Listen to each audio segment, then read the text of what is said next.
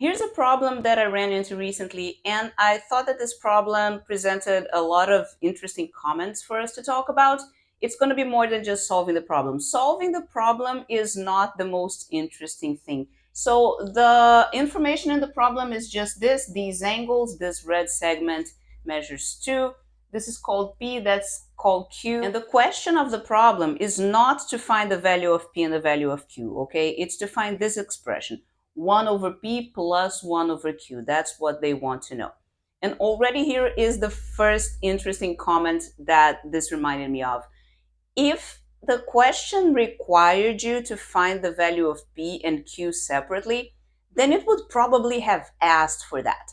Whenever I see a question that instead of asking directly for the values of the variables, instead it asks for a unusual expression, it's probably because you either can do this without finding the values of P and Q individually, you can do something else that leads to this directly, or it's because this is the only possibility that you actually can't find the value of P and Q just from the information presented.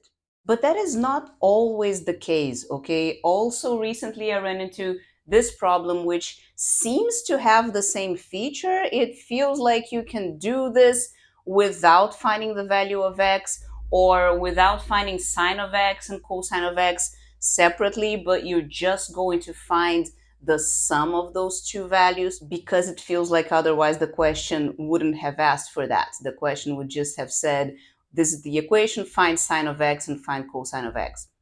But that was not the case. I might solve this equation in a different video, but for that one, I did find sine of x separately and cosine of x separately, and then add them together to find the answer to that problem, which was weird, but it's not going to happen here. I am not going to find the value of P and the value of Q separately. I am just going to find this addition that the problem wants. Because this is the more interesting situation where, as we will see shortly, the problem actually doesn't give you enough information to find P and Q separately.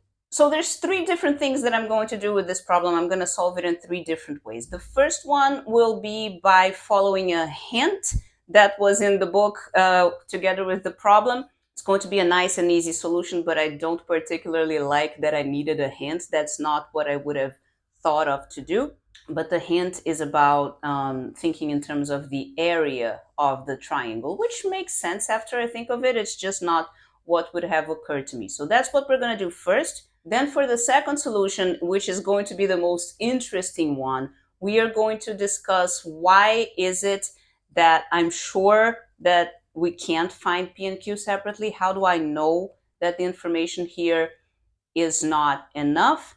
And how we can explore that to our advantage to find an even easier way to find the addition that he's asking us for.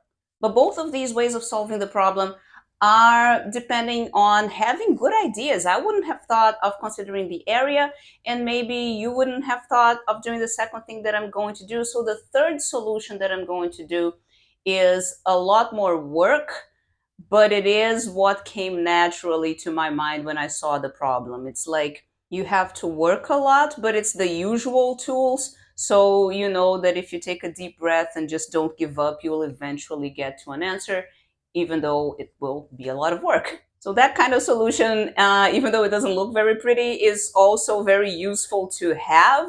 Like ways that we can solve problems even if we don't have a brilliant idea about how to do it easy and fast. So all of that said, let's follow the book's hint and consider the area of the triangle. So it is P times Q times the sine of 120 degrees divided by 2.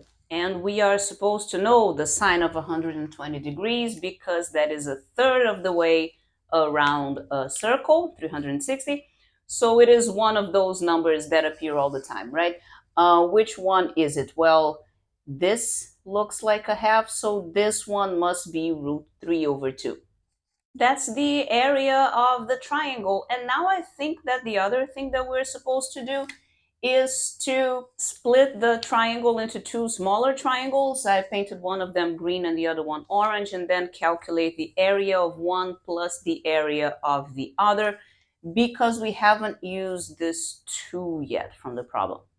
So using the same triangle area formula again, twice, once in the green and once in the orange triangle, I have this area plus this area needs to be equal to the full area that we calculated before. We also know the sine of 60 degrees. It is also root 3 over 2, by the way. So after canceling out the 2's here and here, I've substituted root 3 over 2 for the sine of 60 in both formulas, placed it here. Now I can divide both sides of this equation by the square root of 3. It would be nice to multiply both sides by 2 as well. And now let's just take a look again at what is the thing that we are trying to calculate. 1 over p plus 1 over q. If you add those two fractions in the same denominator pq, it's going to be, well, q plus p here. I'm going to write it p plus q alphabetically. And that, the fact that this is what I want, suggests to me that from here in this equation, I should divide both sides by PQ, which is an unusual move, but it's going to make the right side look exactly like what I want. So there you go. It's a half. The answer to the problem is 1 over 2.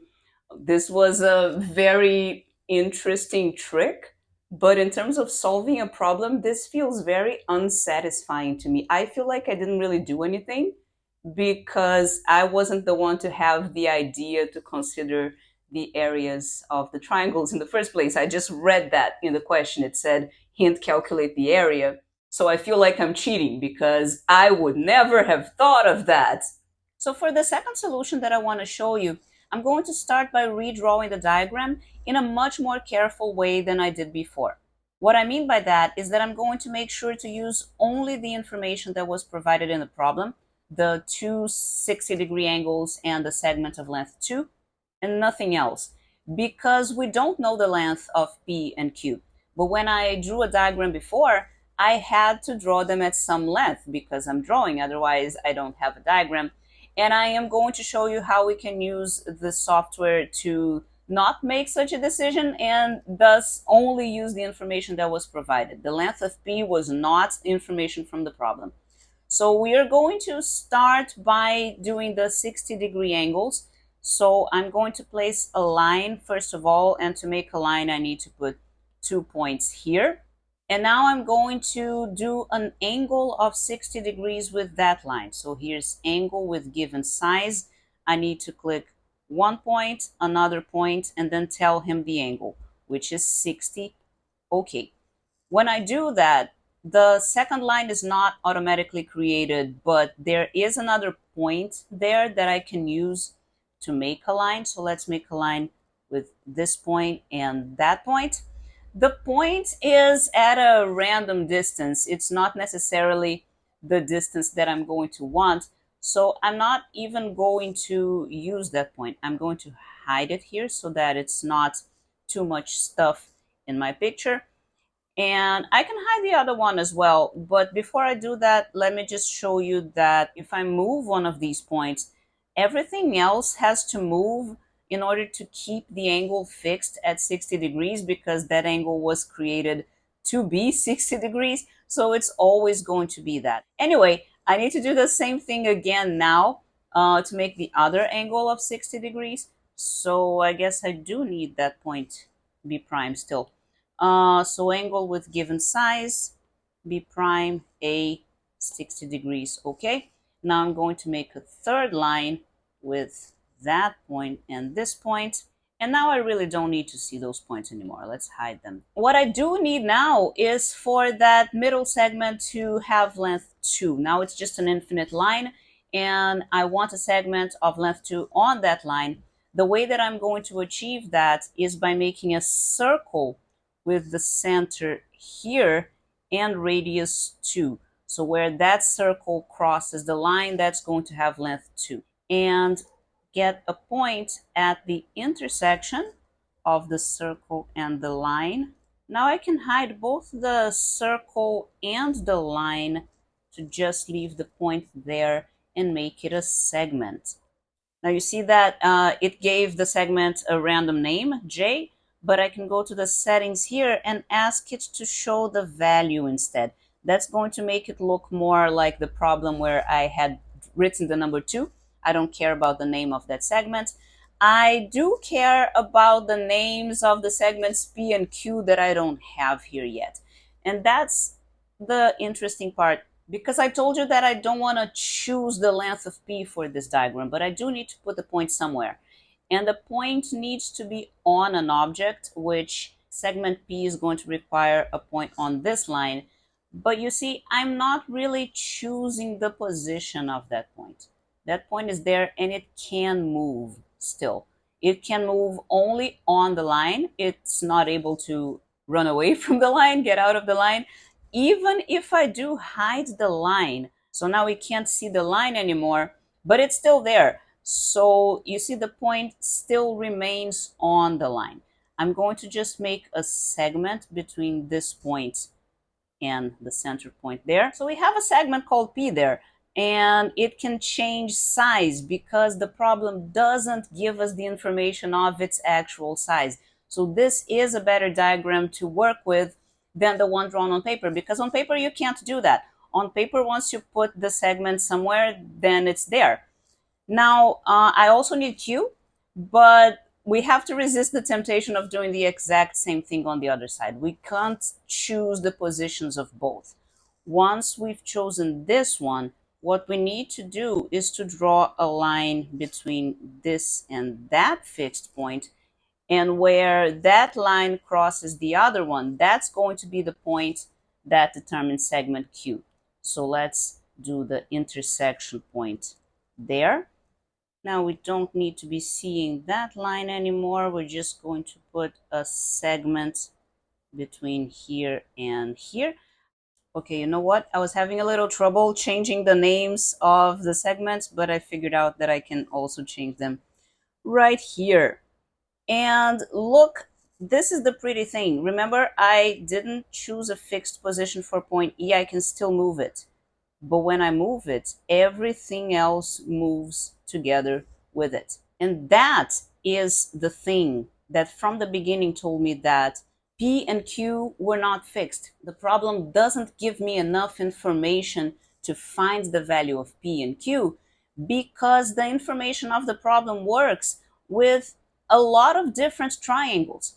All of these triangles that we see moving around the screen now, all of them have both of the 60-degree angles that we want and the segment of length 2 that we want, and they have completely different values of P and Q. So it's not that you don't have to find them in order to solve the problem. It's that you can't find them because they are not fixed. And I really like this possibility of drawing these moving diagrams in order to realize what is fixed and what isn't fixed. Because since I have a lot of practice with this kind of thing, when I draw it by hand, I can kind of see what's fixed and what isn't. I can imagine the picture moving in my mind, but I can't show you what's in my mind usually. And this is wonderful because now I can show you. I can show you exactly what it is that I see moving when I look at that diagram. And now here's the thing. The way that that picture is drawn, it looks like I've made a P and a Q that are very different here, but if you draw them like more similar to each other, the picture kind of looks like 90-degree angles here around this point D. And that's something that we always tell you that you can't do, right? Just because a picture looks kind of like 90 degrees, you're not supposed to assume that it is 90 degrees, because if the problem doesn't explicitly say so, and you know, the usual argument why you can't assume things that weren't said. But this here, this is a special situation because I've just showed you that there are all sorts of different configurations that fit the description of the problem. And one of them has the 90-degree angles, even if it's not exactly this one that I'm showing you right now because I'm doing it by hand. You know that when you go from an acute angle to an obtuse angle, you have to have gone through the right angle in between. So one of the possible configurations of the triangle is the one with the right angles. And the problem did say to find 1 over P plus 1 over Q as if that has a fixed value that doesn't depend on any other information that we don't have from the problem. So there has to be an answer. And this is kind of a shady argument because I am not arguing in terms of anything that is true about the triangle. I am arguing about the way that problems are set. They're not going to ask you a question that you are not able to answer. So there has to be an answer. And what this tells me is that although the length of P is changing in all of these possible triangles, the thing that they're asking me about, 1 over P plus 1 over Q, that is probably not changing. That is probably something that is fixed in all of these different triangles that we're seeing. It's an invariant of this triangle. Now, at this point, I'm talking to you. I have no proof of this, but I have this suspicion due to these aspects of the question that we were discussing. But I can use this diagram to confirm my suspicion. For example, if I ask him for a segment with a given length, just put a point here and say any random expression here. Let's ask him for P plus Q, for example. So that segment there, GH, was created to have the same length as P plus Q. And you see that when I move the triangle, the segment changes because P plus Q is not fixed. So what I think is going to happen is that if I do the same thing, but instead of P plus Q, I ask it for 1 over P plus 1 over Q, then that segment is going to stay the same size no matter what I do to the triangle. Look, yeah, it's not moving. We can also ask it to show the label as the value instead of the name. And you see it's 0.5. 1 over P plus 1 over Q is 0.5 in all of these triangles. It's an invariant. It's not changing as we do different versions of the picture. So the thing is that if in the beginning of the problem, all you had is this picture, and then suddenly you decide as if by magic that you are going to say that this is a right angle and this is a right angle, then this is nothing but wrong. You absolutely cannot do that. But that's not quite what I'm doing, is it? I've just spent the past 10 minutes convincing you that this triangle with the right angles here is one of many possibilities for this problem, and that they are all going to have the same value of 1 over P plus 1 over Q, and that I'm not saying that the description of the problem implies necessarily the right angles. I'm just saying that I'm choosing this one out of infinitely many possibilities to calculate a value. Since it's all going to have the same value anyway, I might as well calculate it in the easy one. And this is an easy triangle because as soon as you have a 90 here and a 60 there, you know that you need a 30 over there, 30 over here as well. And now these are the special triangles that you know absolutely everything about. In particular, you know that the hypotenuse is twice the size as the small leg, which is the leg that is opposite to the 30-degree angle. So in the picture, opposite to the 30-degree angle is the 2. So that's the small leg, which means that the hypotenuse is twice as that, which is 4. The hypotenuse is P. So P is 4. Same argument on the other triangle. Q is also 4. So the answer to the value that you wanted to calculate is 1 over 4 plus 1 over 4 is 1 over 2. But you must be very, very careful if you try to actually apply this to a question in an exam, okay? I am not sure that I would be so brave as to do that.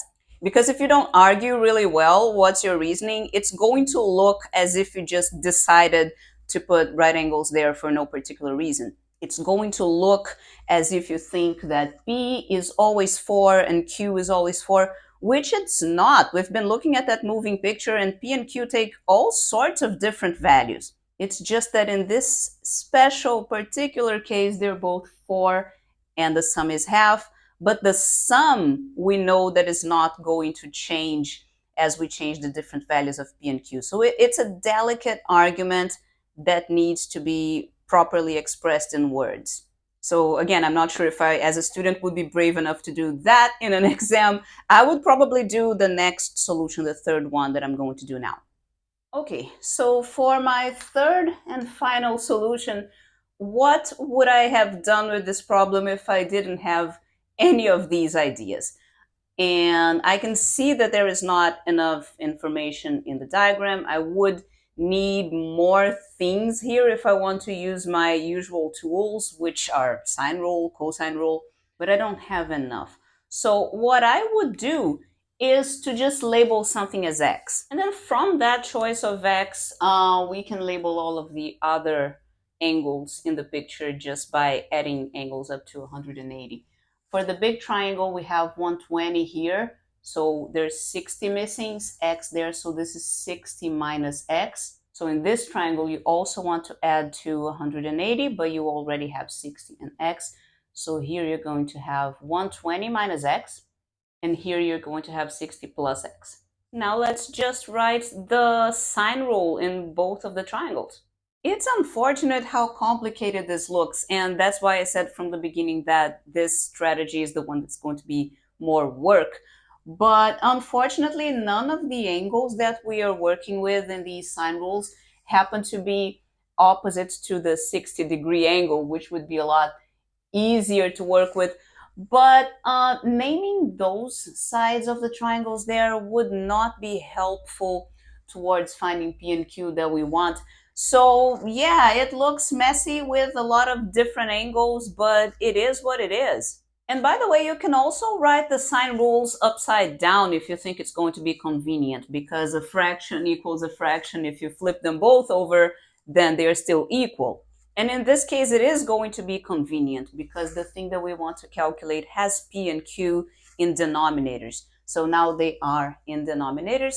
And I am just going to divide both sides of this equation by the sine of 120 minus x, and the other one by the sine of 60 plus x, just to leave the P and the Q alone on the left-hand side. So the thing that I want to calculate is 1 over P plus 1 over Q. So it's this expression plus this expression.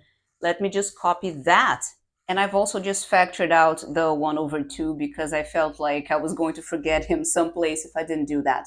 Now, before I do anything else, let me just comment on the fact that this is the third solution that we're doing for the same problem. So we already know what the answer is going to be, and we know that we are far from done here. But that's not why I'm showing you this third solution. I'm showing it as a backup plan of what you can do if you're not able to solve the problem in a different way. So we're supposed to pretend that we don't know what the answer is. But the comment that I want to make is that we should at least know that we are not done yet, and that we are hoping to simplify this expression here a lot.